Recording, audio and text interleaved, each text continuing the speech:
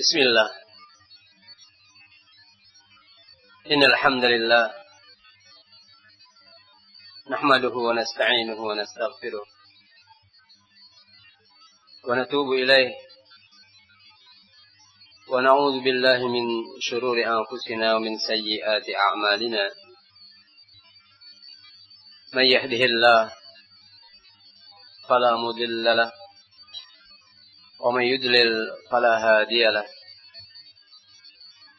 أشهد أن لا إله إلا الله وأشهد أن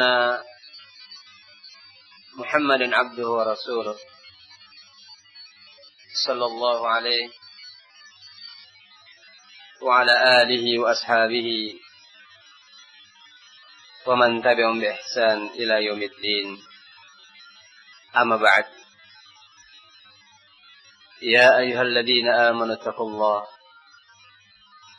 اتقوا الله حق تقاته ولا تموتن إلا وأنتم مسلمون يا أيها الناس اتقوا ربكم الذي خلقكم من نفس واحدة وخلق منها زوجها وبث منهما رجالا كثيرا ونساء واتقوا الله الذي تساءلون به والأرحام إن الله كان عليكم رقيبا يا أيها الذين آمنوا اتقوا الله وقولوا قولا سديدا يصلح لكم أعمالكم ويغفر لكم ذنوبكم ومن يطع الله ورسوله فقد فاز فوزا عظيما فإن خير الحديث كتاب الله وخير الهدي هدي محمد صلى الله عليه وعلى آله وسلم وشر الأمور محدثاتها فإن كل محدثة بدعة وكل بدعة ضلالة وكل ضلالة في النار.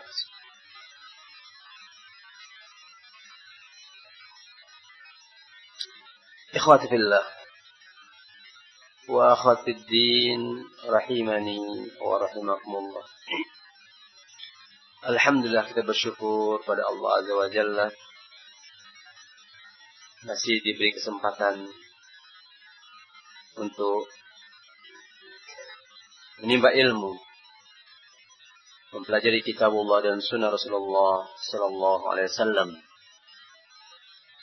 agar kita bisa mengerjakan apa yang Allah perintahkan dan meninggalkan apa yang Allah larang. Kita masih membaca kitab yang berjudul Ad-Da'u wad-Dawa atau Al-Jawabul Kafi liman sa'ala anid dawa'i syafi, karya Ibnu Qayyim Al-Jauziyah rahimahullah ta'ala. Masih dalam pembahasan atharuz zunub, akibat jelek dari perbuatan dosa. Ikhwati fillah, sudah sekian hadis kita baca. Asar-asar pengaruh-pengaruh jelek dari perbuatan dosa bagaikan racun yang merusak tubuh. Terkadang menjalar, merusak bagian tubuh yang satu, kemudian tubuh yang lain, anggota tubuh yang lainnya. Dan kita juga sudah membaca tentang akibat jelek dosa ini berakibat terhadap alam. Akibat dosa dan maksiat ini, akibat jelek dari perbuatan dosa dan maksiat berakibat pada mayoritas manusia di suatu tempat. Terkadang akibat jelek itu membuat rezeki menjadi macet dan tidak barokah. Terkadang yang namanya maksiat itu membuat kita terhalangi dalam beribadah kepada Allah Ta'ala. Kalaupun bisa, tidak nikmat di dalam beribadah kepada Allah Azza wa Jalla. Ada juga pengaruh dosa dan maksiat itu menyebabkan kita terhalang dari menuntut ilmu. Dan masih banyak lagi akibat-akibat dosa dan maksiat. Insya Allah kita kaji satu persatu.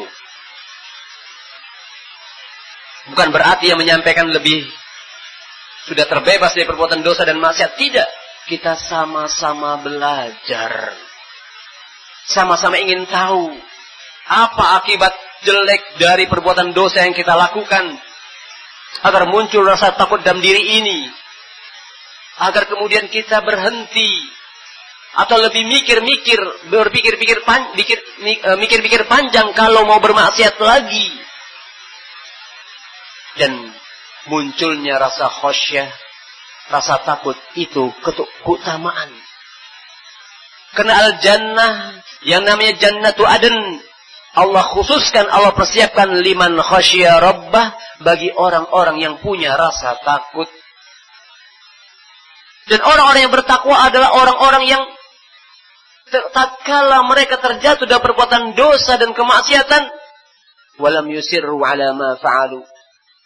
Zakarullah, mereka mengingat Allah, walam yusirru ala ma fa'alu. Dan mereka tidak terus-menerus melakukan perbuatan dosa. Taubat pada Allah, minta ampun kepada Allah Azza wa Jalla. Maka ikhwat billah, kita ingin menjadi hamba Allah yang bertakwa. Yang Allah janjikan jannah seluas langit dan bumi. Oleh sebab itu, kita berlindung pada Allah dari jeleknya diri kita sendiri. Wa na'udzu billahi min syururi anfusina. Setiap khutbah Rasulullah senantiasa berlindung kepada Allah. Aku berlindung kepada Allah dari jeleknya jiwa-jiwa kita. Rasul, makhluk pilihan, masih khawatir terhadap dirinya, apalagi kita. Karena di dalam jiwa kita, di dalam diri kita ada nafsu. Ada hawa nafsu yang Allah titipkan agar kita bisa menundukkannya. Namun kenyataannya kita sering ternyata dibimbing oleh hawa nafsu. Bukan kita yang menundukkannya, malah kita yang ditundukkan. Mudah-mudahan semakin bertambah ilmu kita, semakin tinggi iman kita, dan semakin mampu kita untuk menundukkan hawa nafsu kita. Amin. Ikhwati billah rahimani wa rahimakumullahu jami'an, barakallahu fikum. Wa fi sahih al-Bukhari, disebutkan dalam sahih Bukhari,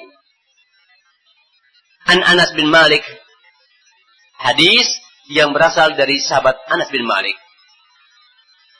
Qala, Anas bin Malik berkata, innakum lata'maluna a'malan hiya adakku fi a'yunikum minasy-sya'ri in kunna lana'uddaha ala ahdi Rasulillah sallallahu alaihi wasallam minal mubiqat.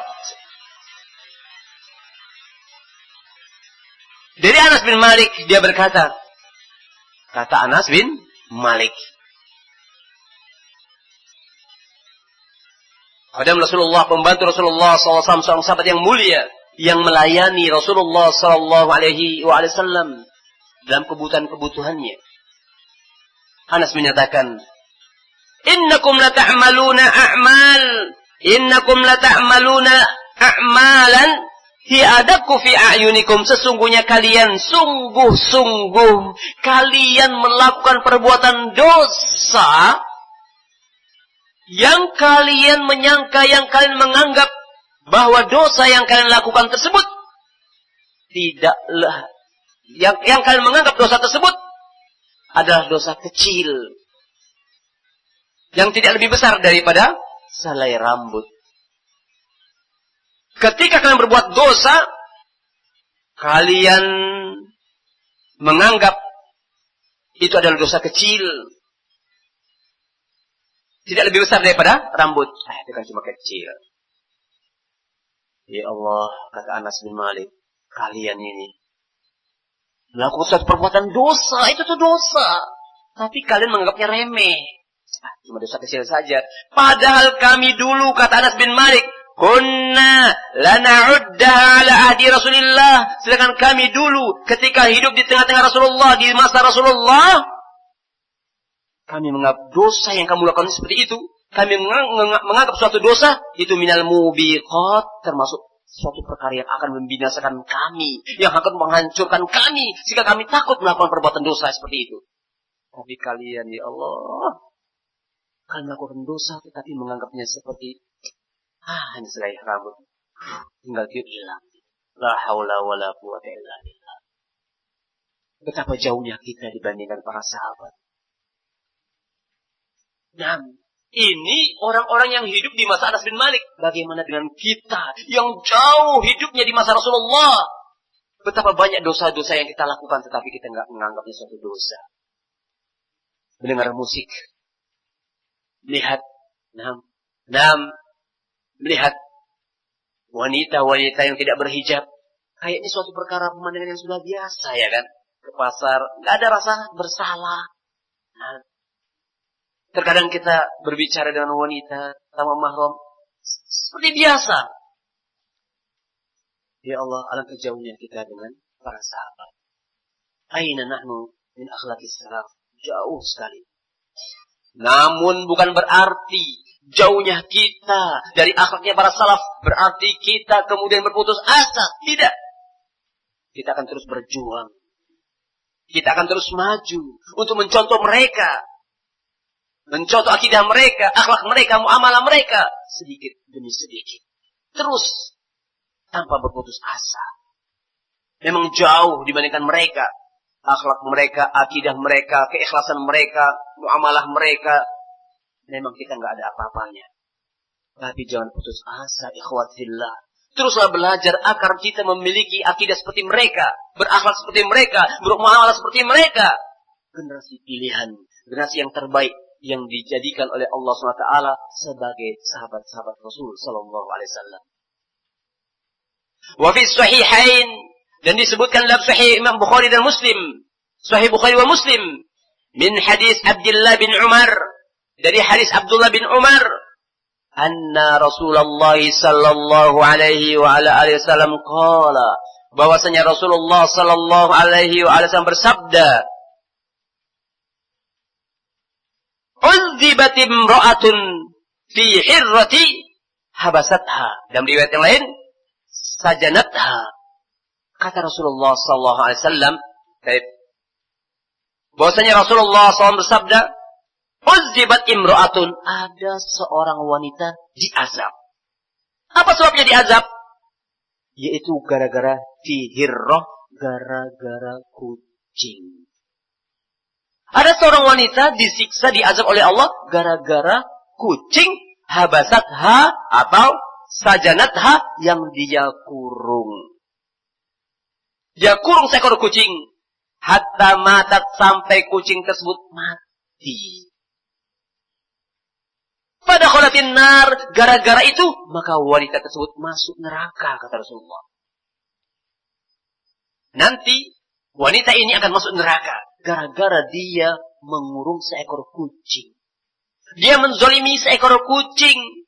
Binatang memang, tetapi ketika dia berbuat zolim dengan binatang, maka menyebabkan dia masuk neraka. Apalagi seseorang itu berbuat zolim kepada manusia. Apalagi berbuat zolim kepada saudaranya. Jangan berbuat zolim. Ada seorang wanita yang masuk neraka gara-gara seekor kucing yang dia kurung. Sehingga kucing itu mati. Pada kholatin nar, maka wanita tersebut masuk neraka. La hiya at'amtuha. Atau la hiya at'amatha. Di mana wanita tersebut tidak memberikan makan kepada kucing tersebut. Wala saqatha, dan tidak memberikan minum kepada kucing tersebut. Wala tarakatha ta'kulu min khashasil ard, dan juga wanita tersebut tidak melepaskan kucing tersebut dari kurungan tersebut. Yang apabila dia lepaskan, kucing itu akan mendapati tempat-tempat sampah untuk menjadi makanan atau serangga-serangga yang keluar dari tanah dan yang lainnya. Tetapi karena dikurung, nggak bisa cari makan. Kalau yang dikurung, kenapa tidak dikasih makan, nggak dikasih minum? Dia biarkan. Dikurung, nggak kasih makan, nggak kasih minum. Akhirnya kucing itu mati. Maka kata Rasulullah, wanita tersebut akan masuk neraka. Maka akhwati billah, rahimani wa rahimakumullah, jangan kita berbuat zalim Kepada binatang saja jangan, apalagi kepada teman sendiri, kepada sahabat sendiri, kepada saudara sendiri, sama kaum muslimin. Karena perbuatan itu perbuatan dosa. Menzolimi orang lain itu dosa. Itu adalah perbuatan maksiat yang akan menyebabkan kita diancam dan neraka. Jangan menzolimi saudara kita. Di mana Rasulullah SAW menyebutkan dalam hadis qudsi, di mana Allah berfirman, "Ya ibadi inni haramtu zulma ala nafsi wa ja'altu bainakum muharrama fala tadzalamu." Wahai hambaku, sesungguhnya aku haramkan bagi diriku berbuat zalim, dan aku jadikan zalim itu haram sesama kalian. Maka jangan kalian saling menzalimi satu dengan yang lainnya. Jangan menzalimi saudara kalian sama kaum muslimin dengan lisan kalian. Jangan menzalimi dengan tangan kalian. Jangan menzalimi dengan akhlak dan tingkah laku kalian. Jangan kalian zalimi dengan menzalimi harta-harta mereka. Mencurinya, merampasnya. Dan perkara-perkara yang lainnya. Karena kezaliman itu menyebabkan az-zulumat yaumal qiyamah. Akan menyebabkan seseorang itu akan mendapatkan kegelapan pada yaumul qiyamah. Karena an-nar, jahannam itu gelap. Dan dosa itu membuat gelap. Membuat gelap wajah. Membuat gelapnya hati. Membuat gelapnya suasana.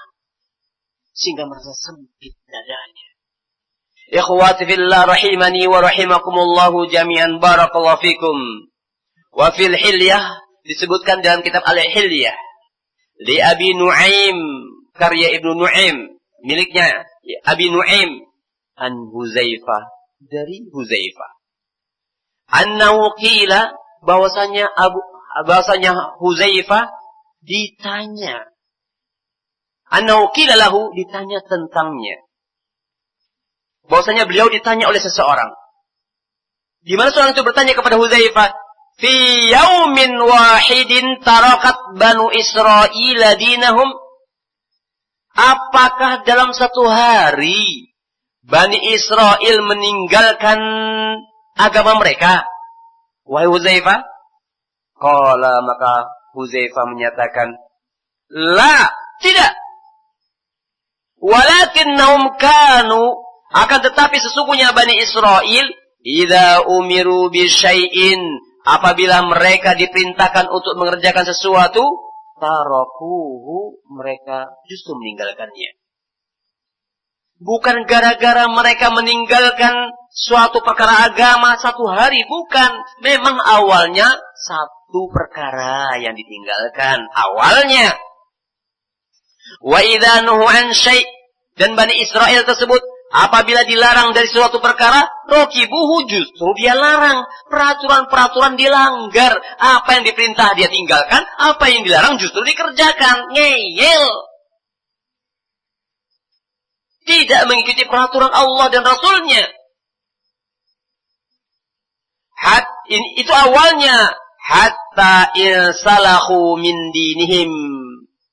Sampai kemudian lama-kelamaan, lambat laun, mereka pun akhirnya meninggalkan agama mereka seluruhnya. Mereka tinggalkan. Perintah Allah ditinggalkan. Perintah Rasul ditinggalkan sama sekali. Insalahu min dinihim. Bagaikan orang yang melepaskan, mereka pun melepaskan agama mereka. Ajaran agama ditinggalkan. Hanya mengaku beragama tauhid, mengaku agama Yahudi. Namun kenyataannya, mereka meninggalkan ajaran agama Nabi Musa alaihissalam. Kama yansalihur rajulu min qamisihi, sebagaimana seseorang yang mencopot, yang melepaskan pakaiannya. Dia lepas imamahnya, dia lepas pecinya, dia lepas jubahnya, dia lepas bajunya, dia lepas kaos dalamnya, dia lepas itu. Habis, hanya tidak punya pakaian lagi. Demikian keadaan orang-orang Bani Israel. Yang awalnya bermaksiat, tidak mau mengerjakan perintah Allah. Sudah jelas ini perintah Allah, tinggalkan satu. Yang awalnya dia bermaksiat, mengerjakan larangan Allah. Alah, cuma dosa kecil. Terbiasa lama-lama, akhirnya terus menerus, akhirnya terbiasa dan tidak menganggap itu perbuatan dosa. Akhirnya lama-lama perintah Allah ditinggalkan, larangan Allah justru dikerjakan. Perintah Allah ditinggalkan, larangan Allah dikerjakan. Akhirnya mereka meninggalkan agama mereka sama sekali.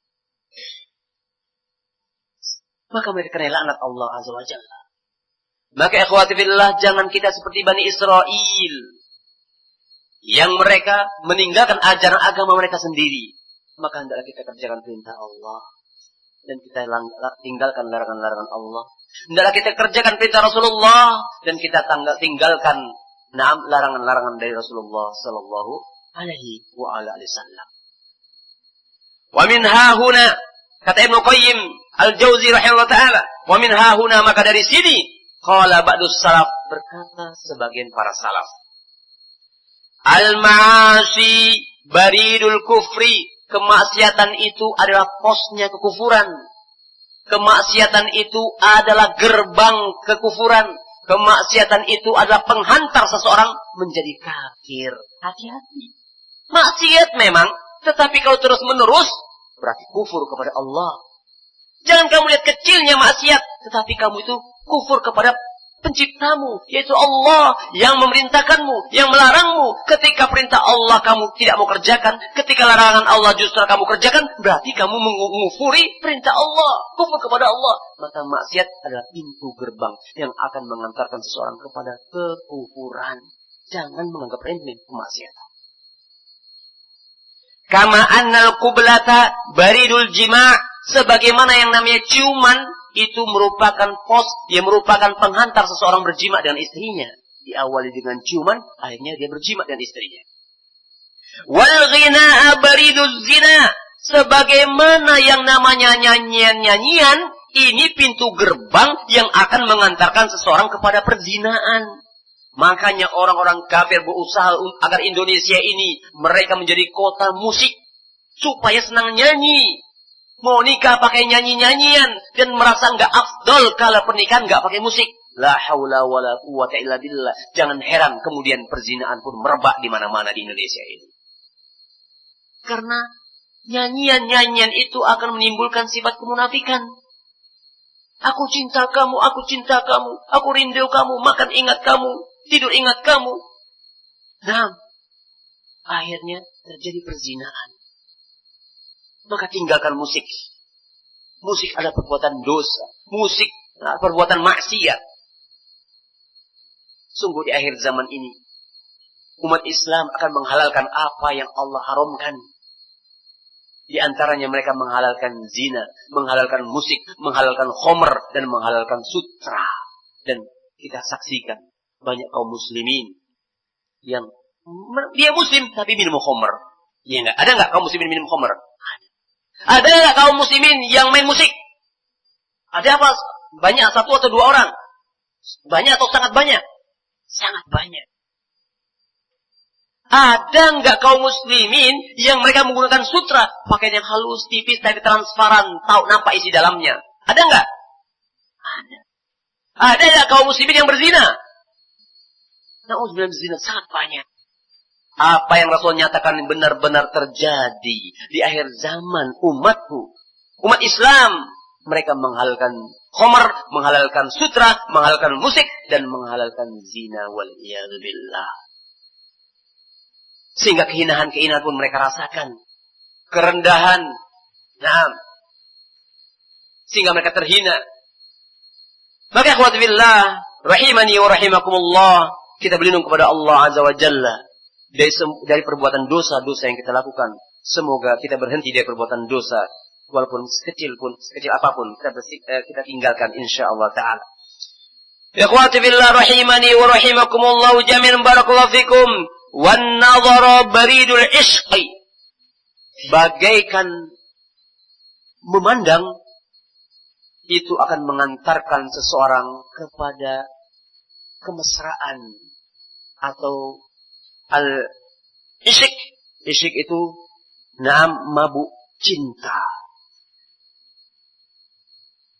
Wanita lewat dipandang. Masya Allah, ciptaan Allah memang indah. Astaghfirullahaladzim. Ya. Ternyata lebih indah. Terus, dia memandang akan membuat dia akan jatuh cinta. Pandangan pertama. Maka hati-hati. Ikhwati fillah, tundukkan pandangan. Kita tundukkan pandangan. Kita berusaha untuk menundukkan pandangan mata. Karena kalau terus memandang, akhirnya timbul cinta. Mabuk cinta. Wal maradu baridul maut. Dan sebagaimana sakit itu pintu gerbang yang akan mengantarkan kepada kematian. Rata-rata orang meninggal itu biasanya sakit dulu. Ketika sakit akan mengantarkan kepada kematian. Itulah yang namanya kemaksiatan, perbuatan dosa akan mengantarkan seseorang itu kepada kekufuran sebagaimana sakit mengantarkan seseorang kepada kematian. Ikhwati billah rahimani wa rahimakumullah. Wa qala, dan berkata Imam Ahmad. Imam Ahmad berkata, haddatsana al-Walid, telah menyampaikan kepada kami al-Walid. Qala al-Walid berkata, sami'tu al-Auza'i, aku mendengarkan Imam al-Auza'i yaqul, dia berkata, sami'tu Bilal bin Sa'din, kata Imam Auza'i, aku mendengarkan Bilal bin Sa'din berkata, la tanzur ila sigharil khati'ah, jangan kalian lihat kecilnya kesalahan kalian. Ini kan kesalahan kecil, dosa kecil, maksiat kecil. Jangan kalian pandang, jangan kalian lihat kecilnya dosa, jangan kalian pandang kecilnya maksiat. Walakin inzur man asaita, tetapi lihat kamu tuh maksiat dengan kepada siapa? Kamu tuh bermaksiat kepada Allahu Akbar, kepada Allah yang Maha Besar, kepada Allah yang Karim, yang mulia. Demikian dalam kekufuran manusia, kemaksiatan yang dilakukan oleh manusia sangatlah banyak. Karena menganggap dosa yang dilakukan cuma dosa kecil, dia lupa sebenarnya dia bermaksiat kepada Allah yang Maha Besar. Ikhwati fillah, rahimani wa rahimakumullahu jami'an. Barakallahu fikum. Atharnya sahih. Wa qala al-Fudail bin Iyad, berkata Fudail bin Iyad, biqadri ma yasgharu zambu indaka ya'zumu indallah, wa biqadri ma ya'zumu indaka yasgharu indallah. Dosa yang menurut pendapat kalian itu adalah dosa kecil, ternyata besar di sisi Allah. Tetapi dosa yang kadarnya menurut kalian itu dosa besar, ternyata kecil di sisi Allah Azza wa Jalla. Jadi jangan menganggap dosa itu adalah dosa kecil. Karena kalau kamu menganggap dosa itu dosa kecil, kamu meremehkan, berarti itu adalah dosa besar di sisi Allah. Kamu meremehkan Allah, meremehkan syariat Allah, meremehkan perintah Allah, meremehkan syariat Allah. Ini dosa besar. Tetapi barang siapa dia menganggap dosa yang dia lakukan kecil itu ternyata besar, bagaimana ini aku telah melanggar perintah Allah, padahal itu dosa kecil, tapi dia menganggap besar, maka di sisi Allah itu dosa kecil. Itu adalah dosa kecil. Maka ikhwati fillah wa akhwati fiddin rahimani wa rahimakumullah, jangan menganggap remeh perbuatan dosa yang kita lakukan. Jangan menganggap remeh pelanggaran-pelanggaran yang kita lakukan.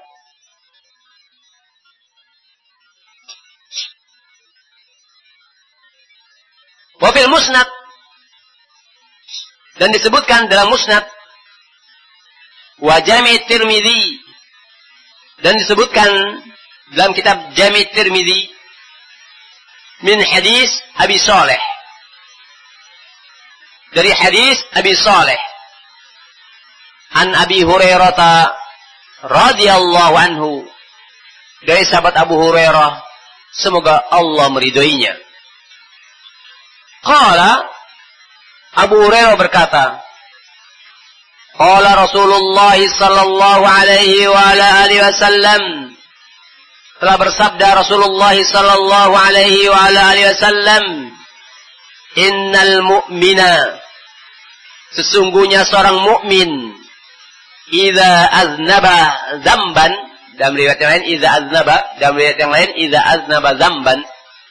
Sesungguhnya seorang mukmin, apabila seorang mukmin itu berbuat dosa, satu perbuatan dosa, nah, jangan kalian sangka kalau seseorang itu beriman pada Allah tidak berbuat dosa. Siapa bilang?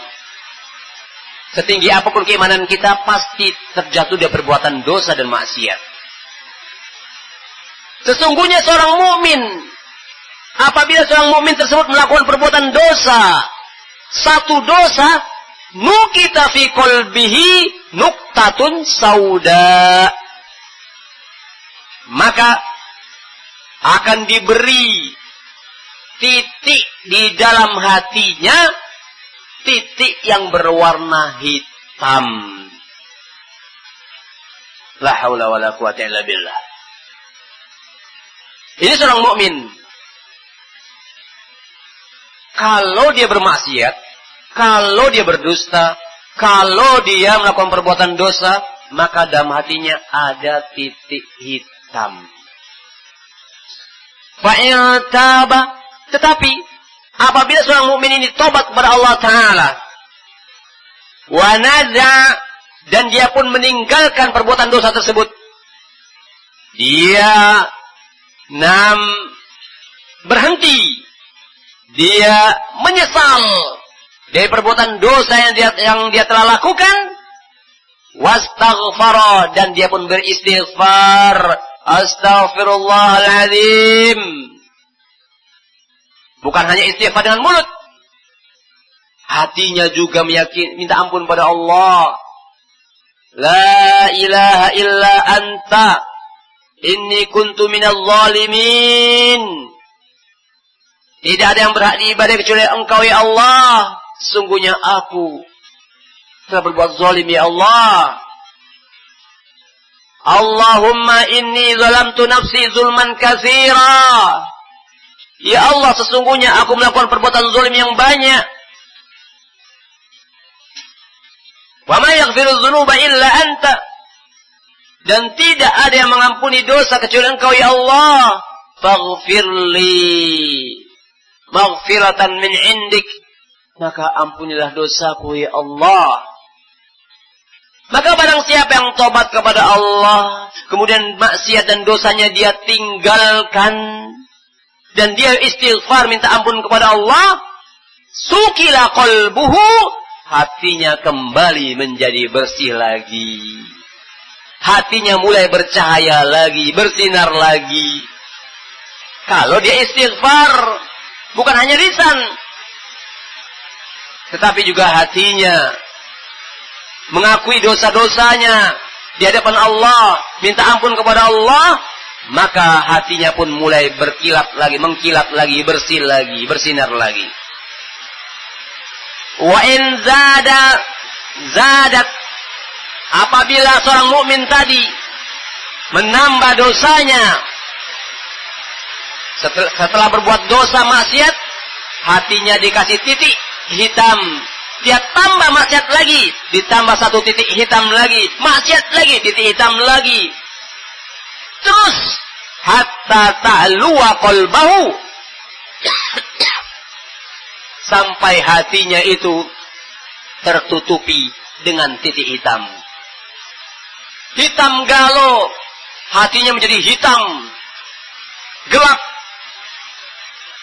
Fadzalika ron, itulah ron alladzi dzakarallahu azza wa jalla, yang Allah sebutkan di dalam firman-Nya, kallabal ron, kallabal ron ala qulubihim ma kanu yaksibun, sekali-kali tidak, bahkan ron ala qulubihim, hati mereka tertutup dengan titik-titik hitam, maka nu yaksibun, disebabkan apa yang mereka lakukan, yaitu curang dalam timbangan, curang dalam jual beli, menipu dan yang lainnya, itu mengandung titik-titik hitam.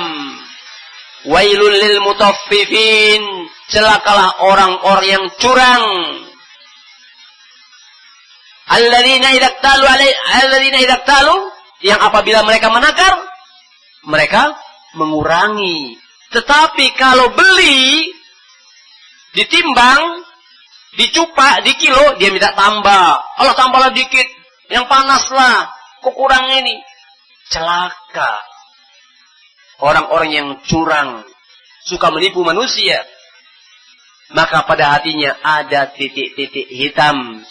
Kalau hati itu sudah tertutup dengan ron, titik-titik hitam, maka hati itu pun tidak bisa mendapatkan cahaya dari Allah. Ketika mendapatkan nasihat dari Al-Quran dan Sunnah, mental. Tidak bisa masuk, karena ditutup, diselimuti dengan hitamnya dosa.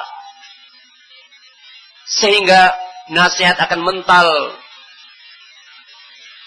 Peringatan-peringatan tidak dipedulikan.